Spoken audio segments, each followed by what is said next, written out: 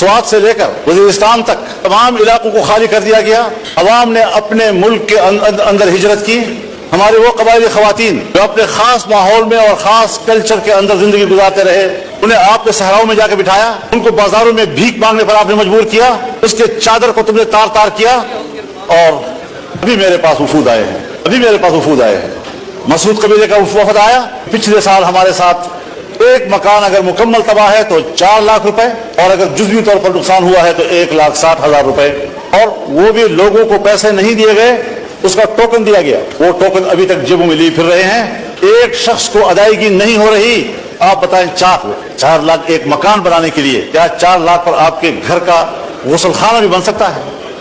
और आप उनको कहना है कि पूरा घर बनाना है। 1,60,000 का आपने 1-2 कमरे बनाने हैं जो गिर गए थे। क्या मजाक दुनिया के साथ हो रहा है? आज चमन के ऊपर, बॉर्डर के ऊपर 9 महीने से लोग बैठे हैं, दर बदर बैठे हुए हैं। आप वो शरायत उनके ऊपर लगा रहे हैं जो शरायत सरहद पर बैठे हुए लोगों के ऊपर दुनिया में नहीं लगाए जाते। पूरी दुनिया में सरहद पर रहने वालों को कुछ खुसूसी मराहत मिलती हैं, और वो भी वो बॉर्डर जो बैनुल-अक़वामी तौर पर रिकग्नाइज्ड हो।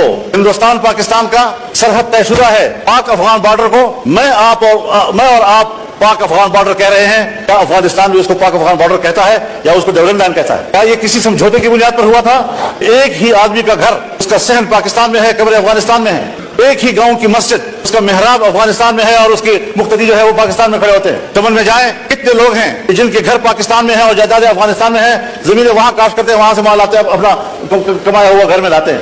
आज वहां पर आप कर क्या रहे हैं? लोग बैठे हुए हैं मुतबादिल, कोई उनके पास आप तजवीज नहीं है कि आप उसको क्या रोजगार दे रहे हैं। वो मजदूरी करते हैं, बच्चों के लिए कमाते हैं। मैं आपको बताऊं जनाब स्पीकर, अब नौबत यहां तक पहुंच गई है कि घरों के अंदर, मैं बड़ी जिम्मेदार फोरम पर बात कर रहा हूं, कि घरों के अंदर हमारी माओ बहनों ने अपने जेवरात बेच दिए हैं, थालियां बेच दी हैं, और वो अपने रोजगार की फिक्र में हैं। वो खत्म हो गए पैसे, अब घरों के दरवाजे और खिड़कियां वो बेचने में मजबूर हो गए हैं कि किस तरीके से हम दिलदार गुजारे। और रियासत इस हद तक शकील कल्ब हो चुकी है, उनको एहसास तक नहीं है कि ये मुल्क के बाशिंदे हैं और उनको क्या गुजर रही है।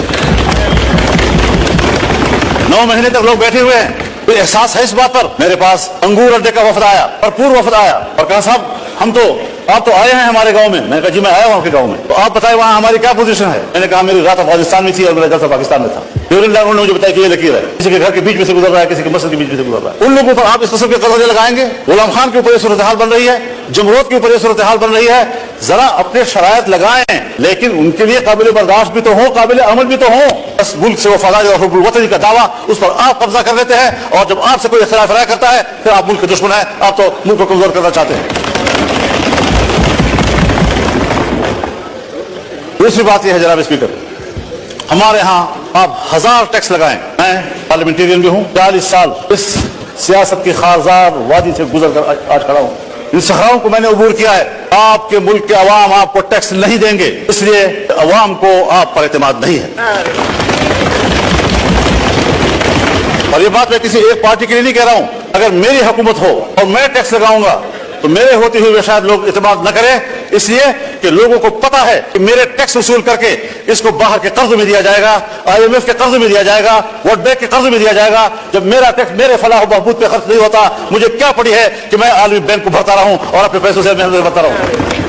और ये आज की रीत नहीं है जनाब स्पीकर, ये हमें वर्षे में मिली है। जब अंग्रेज हुकूमत थी और बर्र-ए-सगीर पर उनका कब्जा था और अंग्रेज मुल्क में लोगों से टैक्स लेता था, बर्र-ए-सगीर का बासी टैक्स चोरी करता था, फिरंगी को वो टैक्स देने के लिए तैयार नहीं था। उसको पता था कि ये मेरे फलाह का खर्च नहीं होगा, ये उनकी अय्याशियों पर, और हमारा माल बरतानिया जाएगा। मैं खुद बरतानिया में एक मौके पर जब मैं पाकिस्तान था और मैं मेयर के ऑफिस में गया, पाकिस्तानी कम्युनिटी वहां जमा थी। मुझे कहा मौलाना साहब इन बिल्डिंगों को देखो, ये इनके नहीं है, हमारे अपने हैं, हमारा माल लाकर चोरी करके उन्होंने ये बिल्डिंगें बनाई हैं, ये हिंदुस्तान की है, ये बर्र-ए-सगीर की है।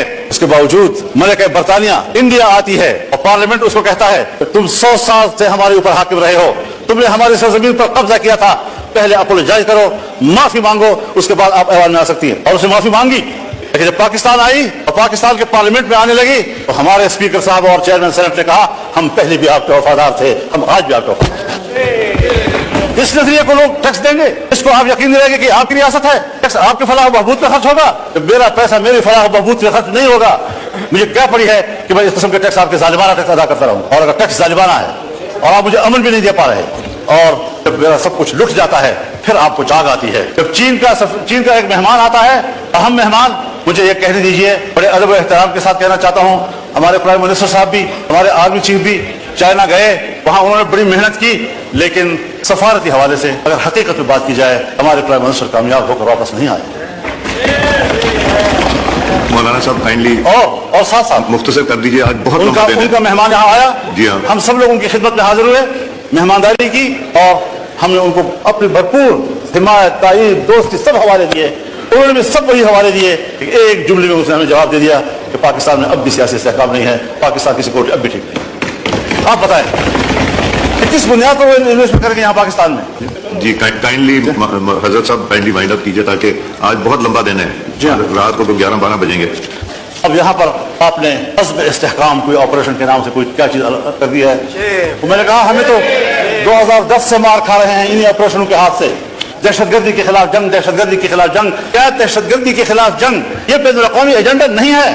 اس پہلو کو ہم کیوں نظر انداز کر رہے ہیں؟ خواجہ صاحب نے مجھے کہا, میرے سامنے بات کی کہ میں نے باڑ لگا دیا ہے. فخر سے کہتا ہے میں نے باڑ لگا دیا ہے. کسی کا باپ بھی نہ افغانستان جا سکتا ہے نہ وہاں سے آ سکتا ہے, کوئی دہشت گرد نہیں آ سکتا. اب موجودہ آرمی چیف فخر سے کہتا ہے میں نے باڑ اکھاڑ کے پہنا. اب پتہ نہیں وہ حب الوطنی ہے یا یہ حب الوطنی, وہ مسئلے کا حل تھا یا یہ مسئلے کا حل ہے. 50,000 سے نہیں بلکہ 25-30 ہزار لوگ یہاں سے افغانستان گئے, اور وہاں سے 40-50 ہزار اس وقت آ چکے ہیں. اور ہمارے ہاں, مجھے معاف کیجئے, بہت درد اور دکھ سے کہہ رہا ہوں, ایسا محسوس ہو رہا ہے کہ جیسے اگلے 2-4 مہینوں کے اندر ہمارے ڈیرہ اسماعیل خان, وزیرستان, دوسرا وزیرستان, لکی مروت, کرک, بنو, ان علاقوں میں امارت اسلامیہ قائم ہو جائے. پاکستان کی نظر نہیں آ رہی. مغرب ہوتی ہی تمام تھانے بند ہو جاتے ہیں اور ان کو حکم دیا گیا ہے کہ آپ نے گشت باہر نہیں جانا. یہ ہے آپ گیٹ. جی ٹھیک ہے, کہاں کھڑے ہیں ہم لوگ؟ تو فکر بندی کی بات ہے حضرت. جی یہ آپریشن میں نے پہلی بھی عرض کیا ہے, آج بھی کہتا ہوں, یہ عزم استحکام نہیں, یہ چین کو جواب دے رہے ہیں کہ جس عزم استحکام کی بات کی تھی آپ نے, اب ہم وہ استحکام لانا چاہتے ہیں. لیکن ہر چند کے ہے نہیں ہے, یہ استحکام عزم نہیں ہے, یہ عزم استحکام کی طرف ہم جا رہے ہیں. ہمیں سوچنا پڑے گا. میں کم از کم تضادات کا شکار نہیں ہوں, میں فکری یکسوئی کا علمبردار ہو کر آپ کے سامنے بات کر رہا ہوں. اس طریقے سے اگر آپ قوم کو ہانکتے رہیں گے, PWD کو آپ ختم کر رہے ہیں, ہزاروں ملازمین کو آپ بے روزگار کر رہے ہیں, اتنا بڑا محکمہ جو پاکستان سے پہلے کا ہے, ان تمام محکموں کی ماں ہے, آپ نے کس سے مشورہ کیا؟ میں تو یہ دعویٰ بھی کرتا ہوں, یہ جو عزم استحکام پالیسی آپ لا رہے ہیں, اسٹیبلشمنٹ کا بھی آپ سے مشورہ نہیں ہے. ان کی بھی کچھ کہہ رہے ہیں, دوسرے کچھ کہہ رہے ہیں, باہر آپ کچھ بیان دے رہے ہیں, پرائم منسٹر ہاؤس کا بیان کچھ آ رہا ہے اس کے بارے میں. یہ چیزیں سیدھی کرنی ہوں گی, اس پر مشاورت کرنی ہوگی, یکسوئی پیدا کرنی ہوگی. بہت ہم پٹ چکے ہیں. ایک زمانہ تھا میرے گاؤں کے قریب سے بھی یہ نہیں گزرے تھے, آج میرے گلی کی دیوار کے ساتھ گزر رہے ہیں اور وہاں کھڑے ہوتے ہیں. ہم کہاں کھڑے ہیں؟ ریاست نے ہمیں کہاں کھڑا کر دیا ہے؟ کیا ہم ایک شہری کی حیثیت سے ریاست پر کوئی حق نہیں رکھتے؟ اس ساری صورتحال میں دیکھیں, آپ کی جمہوریت اپنا مقدمہ ہار چکی ہے, پارلیمان اپنا مقدمہ ہار چکے ہیں. جب آپ الیکشن میں دھان دیا کریں گے, اسٹیبلشمنٹ پھر دھان دیا کریں گی, جعلی پارلیمنٹ وجود میں آئے گی, تو پھر یہی اثر ہوگا کہ عوام آپ پہ اعتماد نہیں کرے گی.